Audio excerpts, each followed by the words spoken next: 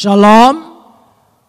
Pagi ini kita akan bersama-sama membaca firman Tuhan yang terambil dari surat Ibrani pasal 1 ayat 1 sampai ayat 4 saja.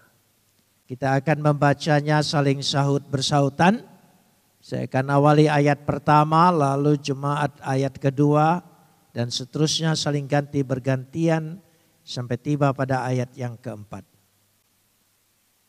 Setelah zaman dahulu kala, Tuhan berulang kali dalam pelbagai cara berbicara kepada nenek moyang kita dengan perantaraan nabi-nabi. Ayat 2. Maka pada zaman akhir ini ia telah berbicara kepada kita dengan perantaraan anaknya yang telah ia tetapkan sebagai yang berhak menerima segala yang ada. Oleh Dia, Adonai Tuhan telah menjadikan alam semesta. Ia adalah cahaya kemuliaan Tuhan dan gambar wujud Tuhan. Menopang segala yang ada dengan firman-Nya yang penuh kekuasaan. Dan setelah ia selesai mengadakan penyucian dosa, ia duduk di sebelah kanan yang maha besar di tempat yang tinggi. Jauh lebih tinggi daripada malaikat-malaikat, sama seperti nama yang dikaruniakan kepadanya, jauh lebih indah daripada nama mereka. Kita sambut firman Tuhan, kapot leha Adonai Elohenu kapot leha. Segala kemuliaan ya Adonai Tuhanku, kemuliaan bagimu. Saudara yang dikasihi Tuhan, kalau saudara membaca kitab perjanjian lama, maka banyak kisah-kisah yang terjadi di sana. Dan di dalam perjanjian lama itu riwayat atau kisah orang bisa jadi simbol. Sebagaimana simbol kasih karunia ketika saya berbicara tentang Rut. Dan berbicara tentang ketaatan Ishak ketika dikorbankan oleh Abraham. Adalah untuk menunjukkan gambaran tentang ketaatan Kristus. Warna, angka, hampir semua menjadi simbol, lambang. Tapi ketika dijelaskan kita tidak boleh terpaku itu semua lambang. Kita harus didukung dengan bahasa, sejarah, riwayat yang baik sehingga supaya tafsir kita tidak menjadi alegoris. Nah, kenapa saya berbicara tentang perjanjian lama? Untuk mengungkapkan daripada surat Ibrani ini. Surat Ibrani ini dipakai oleh gereja mulai secara resmi 200 Masehi dalam Kodeks Alexandria. Kata Ibrani ini aslinya Ibri. Ibri itu aslinya dalam Septuaginta terjemahan Yunani disebut Hebraios.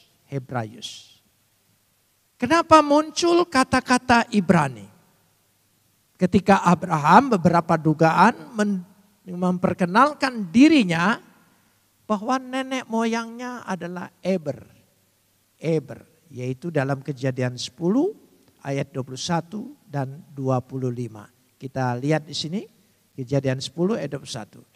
Lahirlah juga anak-anak bagi Sem, bapak semua anak Eber serta abangnya Yapet. Kita lanjut pada ayat 25 saja. Kita masuk. Bagi Eber lahir dua anak laki-laki. Nama yang seorang ialah Felek dan yang sebab dalam zamannya bumi terbagi dan nama adiknya adalah Yoktan, saudara. Jadi biasa orang-orang zaman dulu masih di zaman saya pun kalau memperkenalkan diri kamu anak siapa? Turunan siapa? Itu biasa. Karena tentu kita masih muda, tidak dikenal orang, tapi nenek moyang kita, orang tua kita mungkin dikenal orang. Jadi kebiasaan orang memperkenalkan dirinya dengan nenek moyangnya. Ketika Abraham ditanya, kamu siapa, dari mana? Maka dia menjawab, saya keturunan Eber. Maka kemungkinan kata-kata ini muncul dari situ. Tetapi kalau kita lihat di sini, Abraham disebut orang Ibrani. Kenapa disebut orang Ibrani? Kejadian 14 ayat 13. Orang-orang Kanaan mengatakan dia orang Ibrani. Kemudian datanglah seorang pelarian menceritakan hal itu kepada Abraham. Abraham sebagai apa? Orang Ibrani itu. Mengapa dia disebut orang Ibrani? Karena pada waktu dia memperkenalkan diri, dia juga berkata dia adalah Efer. Efer tadi ialah Evar. Evar itu artinya orang yang menyeberang. Dia dari Mesopotamia menyeberang melewati yaitu sungai Efrat.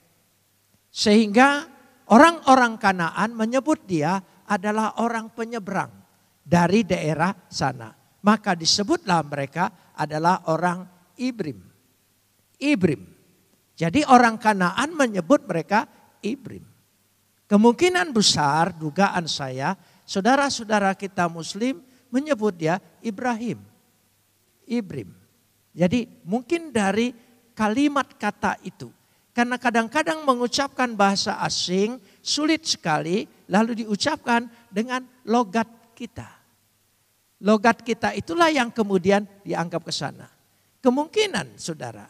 Jadi namanya itu bukan namanya tapi menyebut ini adalah orang penyeberang. Orang-orang perantau. Bisa saja disebut seperti itu. Lalu kita melihat di sini beberapa Alkitab menyatakan mengapa kata Ibrani ini muncul. Yusuf juga disebut sebagai orang Ibrani. Dikatakan dalam Kejadian 39 ayat 14 kita lihat bahwa Yusuf disebut orang Ibrani. Dipanggilnya lah seisi rumah itu dan katanya kepada mereka, lihatlah dibawanya kemari seorang Ibrani. Berarti orang-orang Israel ini dari sejak Abraham sampai kepada keturunannya yaitu disebut sebagai orang Ibrani. Itu orang-orang Yahudi. Kita lanjut loncat pada ayat ke-17 ya. Kita di situ kan Kejadian. Ya, perkataan itu juga lah yang diceritakan perempuan itu kepada Potifar. Katanya, ya, hamba orang Ibrani yang kau bawa kemari itu datang kepadaku untuk mempermainkan aku. Jadi Yusuf disebut orang Ibrani. Jadi kita tahu di situ dulu. Kenapa? Nanti konteks daripada surat Ibrani kita tahu ditujukan kepada siapa. Karenanya orang-orang Ibrani itulah yang disebut. Sehingga bangsa Israel pun disebut sebagai orang Ibrani ketika mereka diperbudak di Mesir. Keluaran 1 ayat 15 kita lihat. Keluaran 1 ayat 15. Raja Mesir juga memerintahkan pada bidan-bidan yang menolong perempuan-perempuan siapa? Ibrani.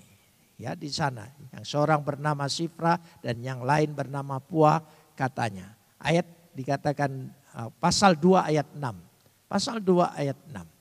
Ketika dibukanya dilihatlah bayi itu dan tampaklah anak itu menangis. Sehingga belas kasihanlah ia kepadanya dan berkata, tolong sambung. Itulah ini bayi seorang Ibrani. Jadi Musa ditemukan disebut juga sebagai bayi orang Ibrani. Jadi dengan kata lain ya kita perhatikan seluruh orang Israel itu pada mulanya disebut sebagai orang Ibrani. Nah sekarang surat Ibrani sudah bisa dipastikan ditujukan kepada orang-orang Ibrani. Yaitu orang-orang Israel yang sudah menjadi Kristen. Yang percaya Yesus mendapat tuntunan ini.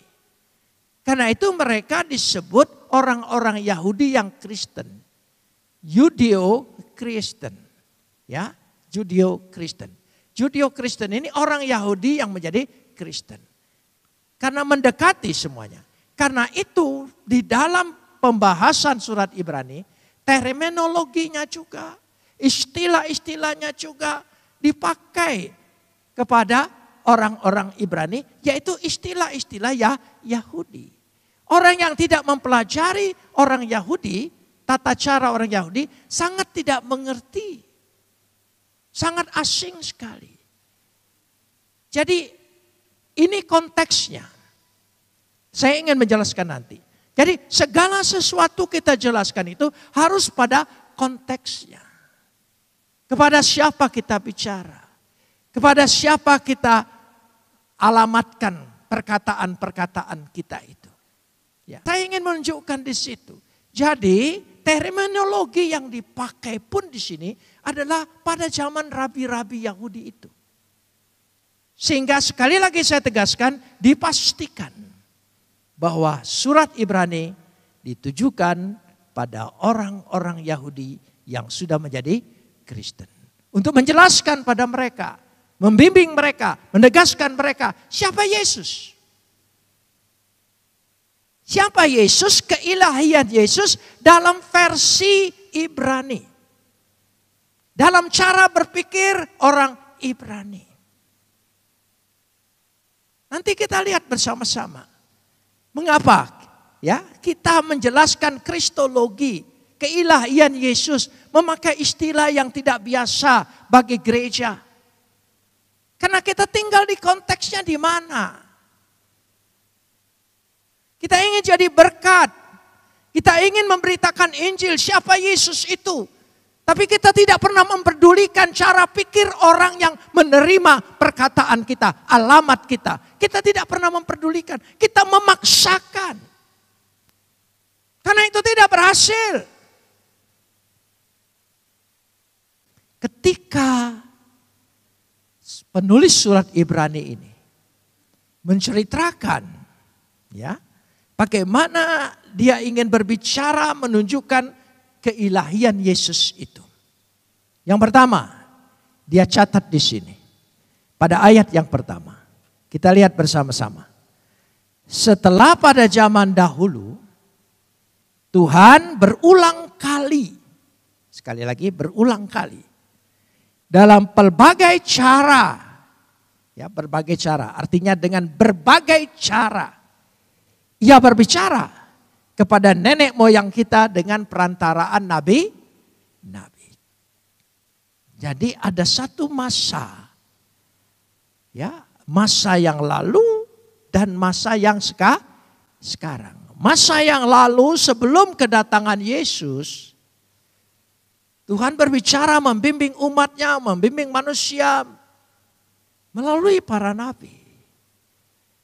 Dalam berbagai hal, dalam kata Yunaninya polumeros, dalam berbagai hal.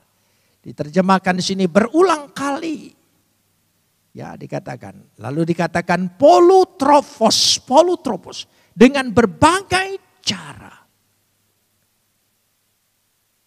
Jadi kata polumeros berulang kali atau berkali-kali di dalam naskah Peshitta disebut berbagai hal.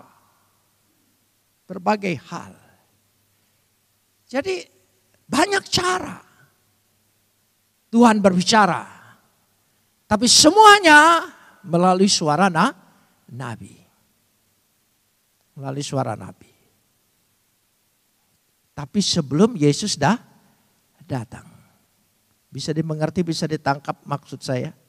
Sebelum Yesus datang. Setelah Yesus datang, ada orang, kadang-kadang orang Kristen pun ngaku nabi, itu pasti tidak benar. Saudara. Karena Tuhan sudah berbicara melalui nabi sebelum Yesus datang. Berbagai cara, berbagai hal, berulang kali, terus menerus. Tuhan bicara. Ya. Maka pada ayat yang kedua, pada zaman akhir ini, nah ini ada babak baru. Saudara, perhatikan ayat yang pertama tadi. Setelah pada zaman dahulu, berarti ada masa ya. Maka dikatakan di situ pada zaman akhir, ya, zaman akhir itu bukan nanti, zaman akhir itu zaman berakhirnya Tuhan berbicara melalui para nabi. Jadi ada babak baru. Babak baru itu adalah kedatangan Yesus. Kelahiran Kristus, kedatangan Kristus, pekerjaan Kristus. Ia telah berbicara kepada kita dengan perantaraan, tolong sambung. Ya, apa? Sekali lagi dikatakan di situ, ya. Ya. Ia telah berbicara kepada kita dengan perantaraan apa? Anaknya. Yang telah ia tetapkan sebagai yang berhak menerima segala yang ada. Ya. Oleh dia, Yesus. Ya, Yesus. Tuhan telah menjadikan alam semesta. Melalui dia. Maka dikatakan di sini di dalam anaknya. Saya ingin menegaskan bahwa ada babak terakhir. Eschato, ton hemeron tauton, pada hari-hari terakhir, ya, elasemen hemin, ia berbicara kepada kita, en huio di dalam anaknya, huio, ya, kata perasa huio diterjemahkan oleh dia. Alkitab terjemahan tahun 1974.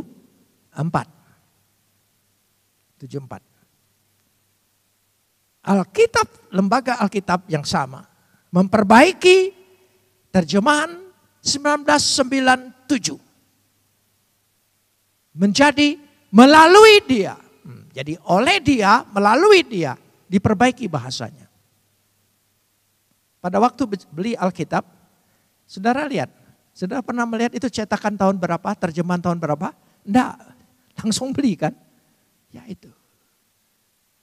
Jadi ada 7497. 97 memperbaiki semuanya. Rata-rata 74 yang saudara pegang. Jadi ada perbaikan bahasa. Kenapa perbaikan bahasa ini? Karena ingin, sekali lagi, karena ingin. Ya, firman Tuhan itu sesuai dengan konteksnya. Konteks zamannya, konteks generasinya, konteks orangnya. Dikatakan di situ. Jadi dikatakan di situ melalui dia. Populer melalui dia, perantaraan dia. Perantaraan dia. Tanpa dia, tidak seorang pun pernah melihat Bapa. Tidak seorang pun bakal mengenal Tuhan. Hanya melalui dia. Melalui dia. Keselamatan segala sesuatu melalui dia. Tidak ada yang lain. Nanti akan ditegaskan lebih lanjut. Perasa ini diambil dari perjanjian lama. Dikatakan di situ dengan tegas sekali, ya. Yang berhak menerima segala sesuatu. Ya. Artinya bukan, jadi begini, saya ingin mencoba menjelaskan. Jadi pada zaman ini, artinya ketika orang waktu itu, yaitu pada waktu kedatangan Yesus. Bukan kedatangan Yesus yang kedua kalinya, bukan. Tapi kedatangan Yesus yang pertama. Dia tidak berbicara eskatologi masa depan yang kedatangan Yesus dua kali. Dia berbicara tugasnya bagaimana waktu Yesus datang ke dunia, siapa dia? Bagaimana dia? Yang ingin dijelaskan oleh kitab Ibrani seperti itu. Sehingga kita masuk. Karena dikatakan pada ayat yang kedua. Ya telah ditetapkan sebagai yang berhak menerima segala ya yang ada. Oleh dia Tuhan menjadikan alam semesta. Oleh firman-Nya. Tuhan berfirman, jadilah terang, lalu terang itu jadi. Firman-Nya. Lalu siapakah dia? Kristus adalah wahyu yang sempurna, sempurna. Tuhan memberikan ilham, para nabi menulis, para rasul menulis, menjadi kitab suci. Sekali lagi, tidak sempurna. Tapi wahyu yang sempurna adalah pribadi Yesus itu sendiri. Jadi kalau kita baca Alkitab, buktinya tidak sempurna. Semua orang bisa berpikir lain. Semua orang bisa menafsirkan lain. Kenapa banyak denominasi? Kenapa banyak golongan-golongan di dalam Kristen? Karena masing-masing membaca dalam pikirannya sendiri. Tapi yang menyatukan kita, kalau kita percaya bahwa melalui satu pribadi, Yesus itu adalah wahyu yang sempurna. Perantaraan kita melalui Dia, oleh Dia semata-mata. Tidak ada yang lain. Katakan amin. Hanya Dia. Buat apa kita ribut? Karena tidak ada yang berbeda tentang Yesus. Semua mengakui Dia juru selamat. Amin. Ya. Kenapa kita harus terpecah dan terpisah? Kenapa? Hanya karena berbeda pengalaman dalam penghayatan. Oh iya. Itu bisa saja terjadi. Ayat yang ketiga. Ia adalah, ya, dialah cahaya kemuliaan Tuhan. Tolong sambung. Dan gambar wujud Tuhan. Yang sesungguhnya. Dan menopang segala yang ada. Dengan firman-Nya yang penuh kekuasaan. Dan setelah Ia selesai mengadakan penyucian dosa, Ia duduk di sebelah kanan yang maha besar di tempat yang tinggi. Ia adalah gambar wujud, gambar wujud. Gambar wujud Tuhan. Terjemahan tahun 74. Karakter tes hupateseos. Ya, karakter tes hupateseos. Gambar keberadaannya yang sesungguhnya. Terjemahan 97. Gambar keberadaan yang sesungguhnya. Nah, sekarang saya ingin jelaskan. Karakter berarti salinan yang sama persis. Gambar yang persis sama. Itulah yang menjadi hypostasios atau hypostasis. Menunjukkan substansinya dia, esensinya dia. Ya sama persis, tidak ada bedanya. Hypostasis, cara keberadaannya. Dia datang dari ousia. Dia berada secara hypostasis. Jangankan orang lain, saya tanya sekarang orang Kristen, ngerti arti hypostasis? Saya memimpin sekolah teologia. Mahasiswa teologia pun ya sudah semester yang keempat, banyak yang belum mengerti. Karena kata ousia, hypostasis, keberadaannya sama persis karakternya, tidak ada bedanya. Karena itu kita pakai supaya kontekstual dengan kita di Indonesia, dia adalah firman yang sehakikat, sederajat, dan melekat. Jadi saudara jangan pikir bosen dengan kata-kata ini. Wah, kalau Pak Yusuf ngomong pasti tidak lupa dari sehakikat, sederajat, dan melekat. Saudara mengerti mana dengan sederajat, sehakikat, melekat, harus ada, wajib ada dengan kata hypostasis.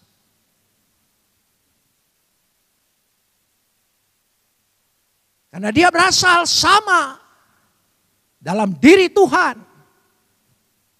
Disebut dalam istilah ini ousia, ousia. Lalu dia berada nanti menjadi anak, hypostasis. Kita sendiri kurang jelas dan kurang mengerti. Sekarang kita ingin jelaskan lagi kepada saudara-saudara kita yang mayoritas di negeri ini yang bertanya-tanya tentang siapa Yesus itu. Kita tidak bisa jawab, kita hanya jawab menurut kita. Surat Ibrani membuktikan. Dia bisa menjelaskan pada orang Yahudi dalam pikiran Yahudi, dalam terminologi Yahudi, dalam simbol-simbol istilah Yahudi menurut orang Yahudi. Itu surat Ibrani. Itu bukti bahwa rasul-rasul itu sangat peduli dengan kontekstual. Dengan siapa kita berada. Apa ousia? Zat. Bukan zat cair, zat padat. Bukan. Zat wujud. Aslinya semua adalah Bapa.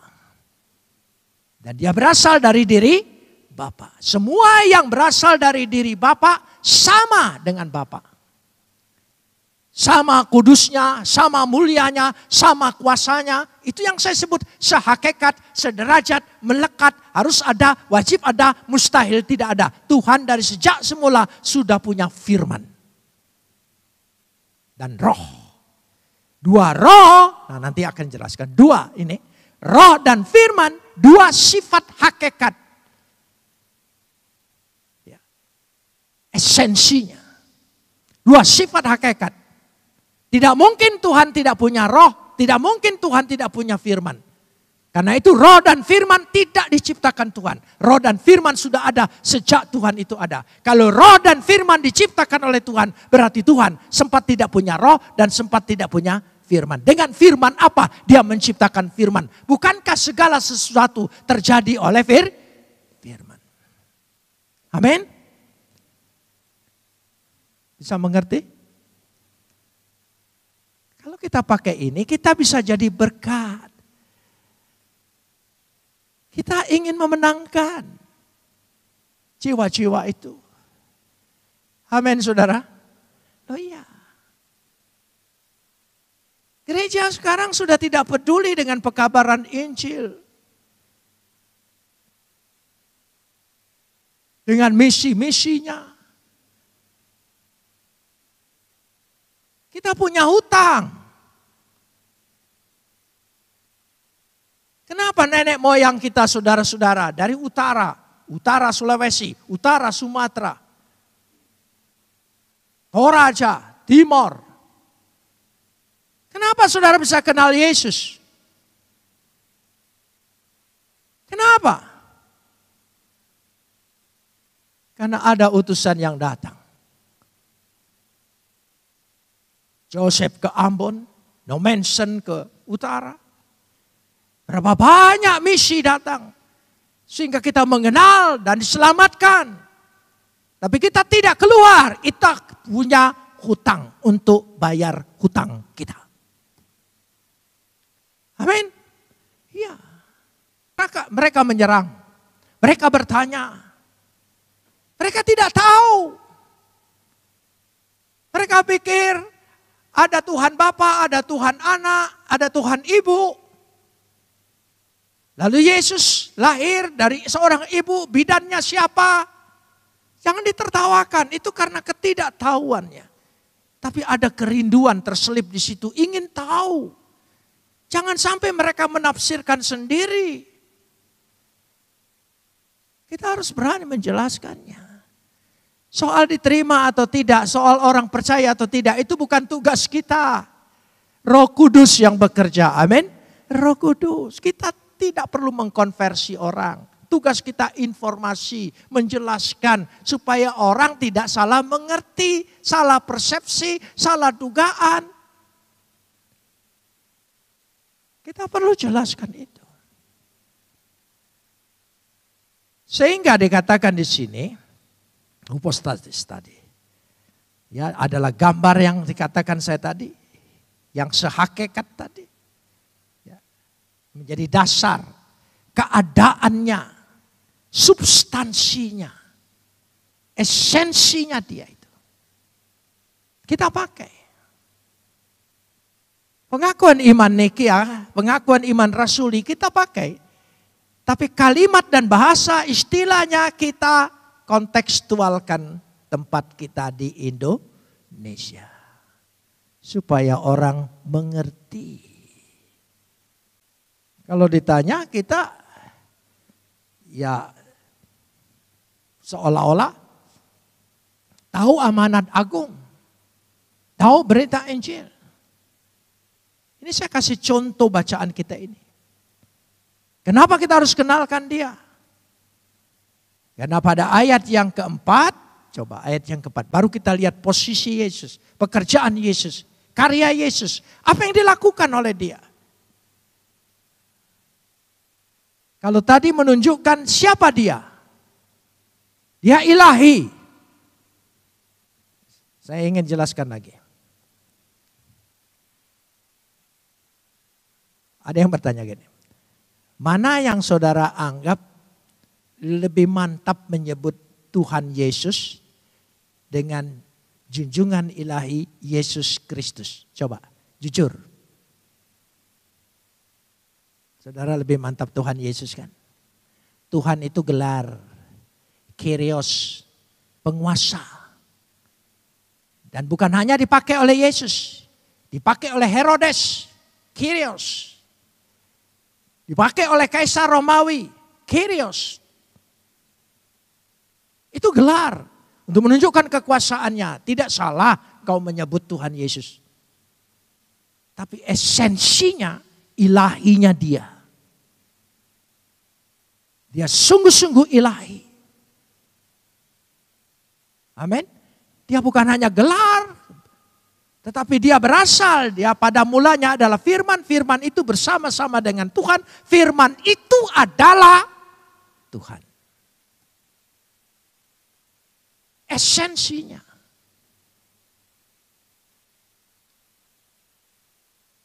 Tapi jika engkau pergi untuk memberitakan Injil bagi orang-orang yang mayoritas di negeri ini, ketika engkau menyebut Yesus Tuhan, dia sudah menolak dulu. Sudah menutup dirinya. Tapi ketika engkau memulai junjungan ilahi, dia bertanya, kenapa ini beda?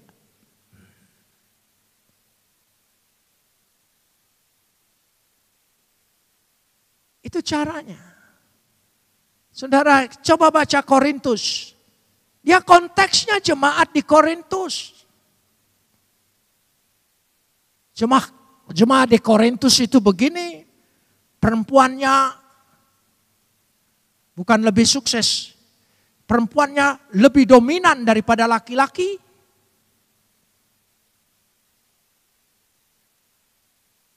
Sehingga laki-laki hampir tidak berdaya di zaman itu di Korintus.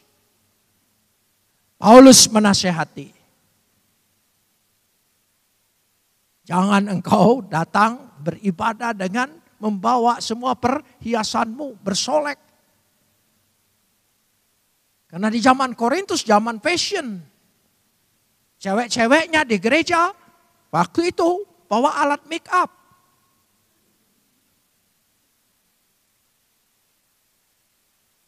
Tas ibu-ibu kan pasti ada itu. Di Korintus lain lagi, fashion. Wow. Dia bukan dengar firman Tuhan, dia ingin pamer. Kayak orang Sumatera kalau mau beli durian. Dia tunjuk dengan tukang durian. Itu durian berapa harganya? Dia tidak tunjuk begini, ini gini. Karena di sininya penuh cincin semua. Ke gereja ingin meningkatkan statusnya dengan kekayaannya. Paulus buat. Perempuan-perempuan tidak boleh pakai perhiasan. Ya, lalu harus pakai tudung. Konteks Korintus. Bukan berarti kita di sini semua perempuannya kalau ke gereja harus pakai tudung semua. Bukan. Itu hanya aksesoris. Sesuai dengan konteks. Bisa dimengerti maksudnya? Artinya Alkitab itu selalu berbicara sesuai dengan konteks. Saya ingin jelaskan seperti ini supaya kita punya beban, kita tahu ada konteksnya. Bukan saya tidak mengakui Yesus Tuhan, lebih dari Tuhan, ilahi dia. Hanya sapaannya saja. Kidung jemaat apa tidak ada menyebut Yesus junjungan yang agung? Ada. Baca nyanyian kidung jemaat. Saudara tidak pernah lihat stiker Yesus Jurumudiku? Oh itu, masa Yesus Jurumudi? Tapi maksudnya jurumudi kehidupannya. Ada istilah bisa dipakai, silakan. Tapi bukan berarti itu maksudnya. Sekarang ayat yang kelima. Siapa dia? Bagaimana hubungannya dia tadi? Ya, kita lihat dulu. Ayat yang keempat maksud saya. Ayat 4. Ya. Jauh lebih tinggi daripada malaikat-malaikat. Sama seperti nama yang dikaruniakan kepadanya. Jauh lebih indah daripada nama mereka. Jauh lebih tinggi. Jauh lebih indah. Ya. Tosoto. Kreiton. Genomenos. Menjadi jauh melebihi ya, ton angelon daripada malaikat-malaikat. Kenapa demikian? Ya, sama seperti nama yang dikaruniakan kepadanya. Onoma. Nama di sini tidak merujuk kepada nama Yesusnya. Coba tangkap yang baik. Nama di sini tidak merujuk kepada nama Yesusnya, tapi merujuk kepada kekuasaan dari segala nama itu. Jadi saudara harus percaya, kita ucapkan dia Yesus, tapi Yesus yang mana? Yesus yang penuh kuasa, Yesus yang ada di sorga, Yesus yang diutus oleh Bapa kepada kita, amin. Jadi nama Yesus nama populer, bisa dipakai siapa saja. Tapi di balik nama itu yang dimaksudkan onoma, ya, merujuk kepada yang lebih dalam lagi. Bahwa di dalam nama itu, ya dikatakan dia memiliki kuasa. Kekuasaannya melebihi segala malaikat, melampaui segala makhluk surgawi. Karena dia adalah Raja surgawi. Saudara percaya berdoa dalam nama Yesus Tuhan akan beri. Saudara percaya berdoa dalam nama Yesus Tuhan sembuhkan. Karena di balik nama itu pribadinya. Ucapkan pribadinya. Pribadi di balik nama itu bukan nama itu. Bukan terpaku pada nama itu. Tapi pribadinya. Pribadinya adalah pribadi ilahi yang sehakikat sederajat dengan Bapa.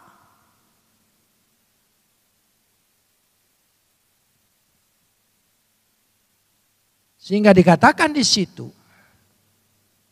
ya ayat yang kelima, kita masuk pada ayat yang kelima lewat.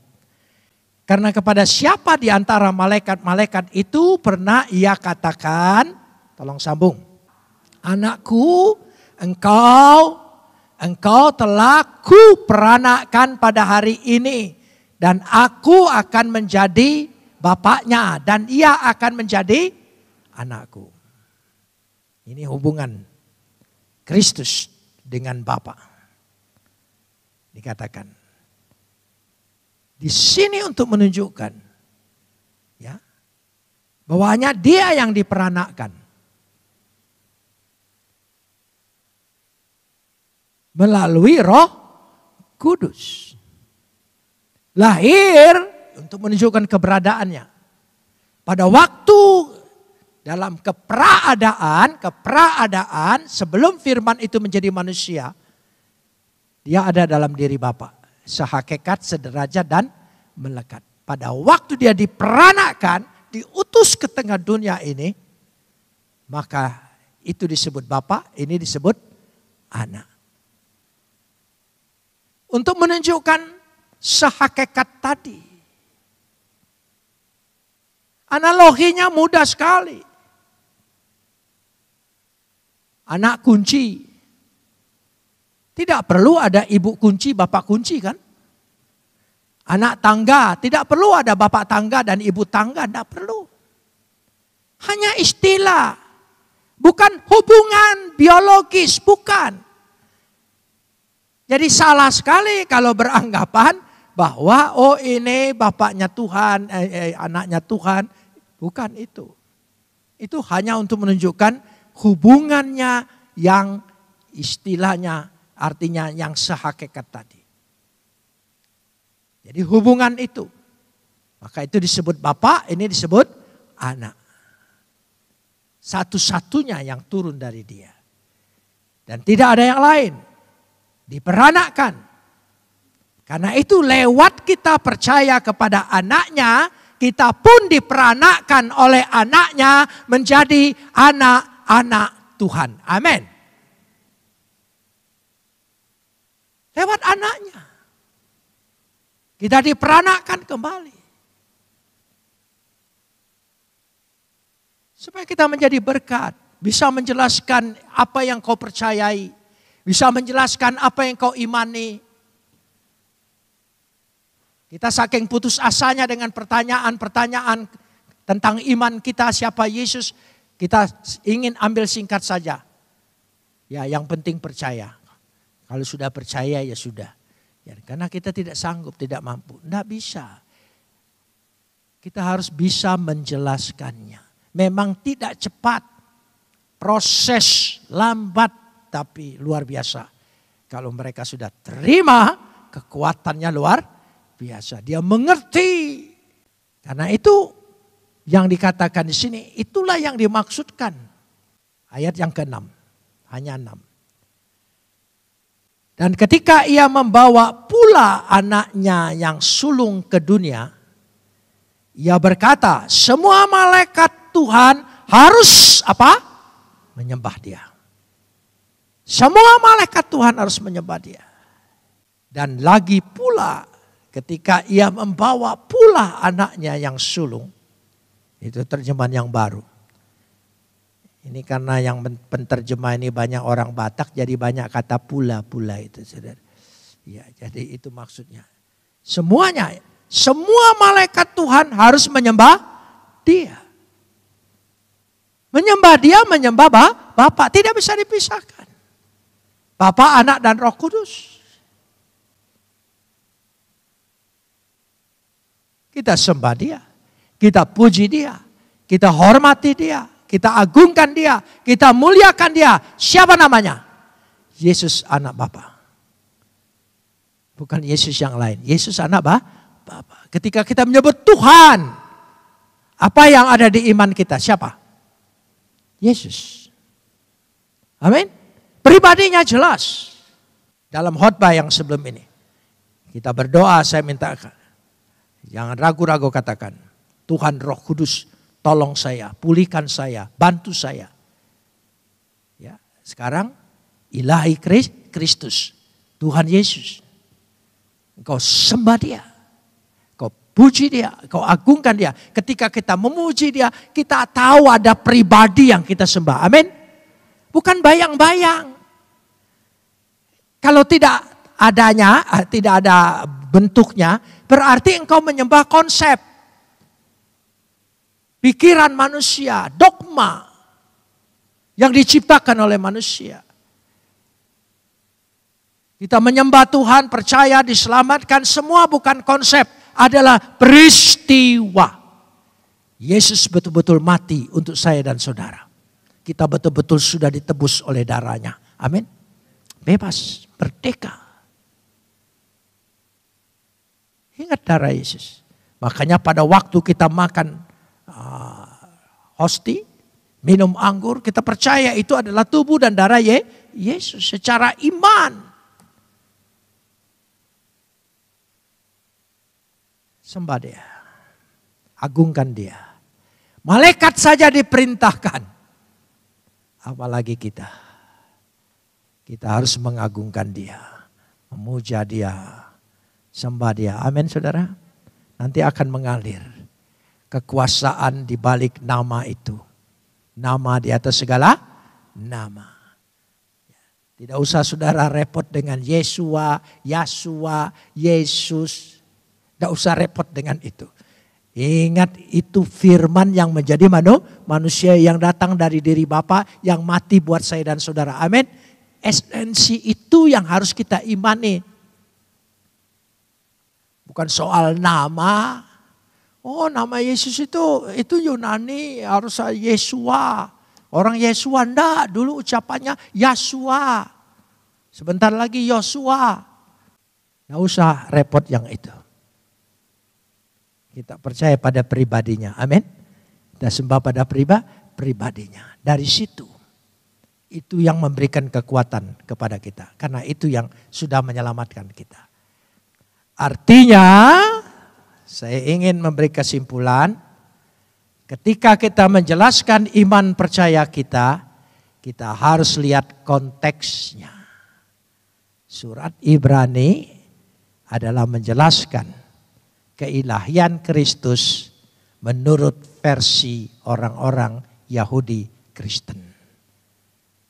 Supaya diterima. Dan kita sekarang buat juga supaya versi itu sama seperti apa yang dipikir oleh orang mayoritas di negeri kita. Kita gunakan bahasa itu untuk orang bisa mengerti. Bukankah kita berbahasa ini supaya orang mengerti? Kalau saudara tidak berbahasa, tidak berkata-kata, tidak ada kata-katanya, bagaimana orang bisa mengerti? Mari kita berdoa.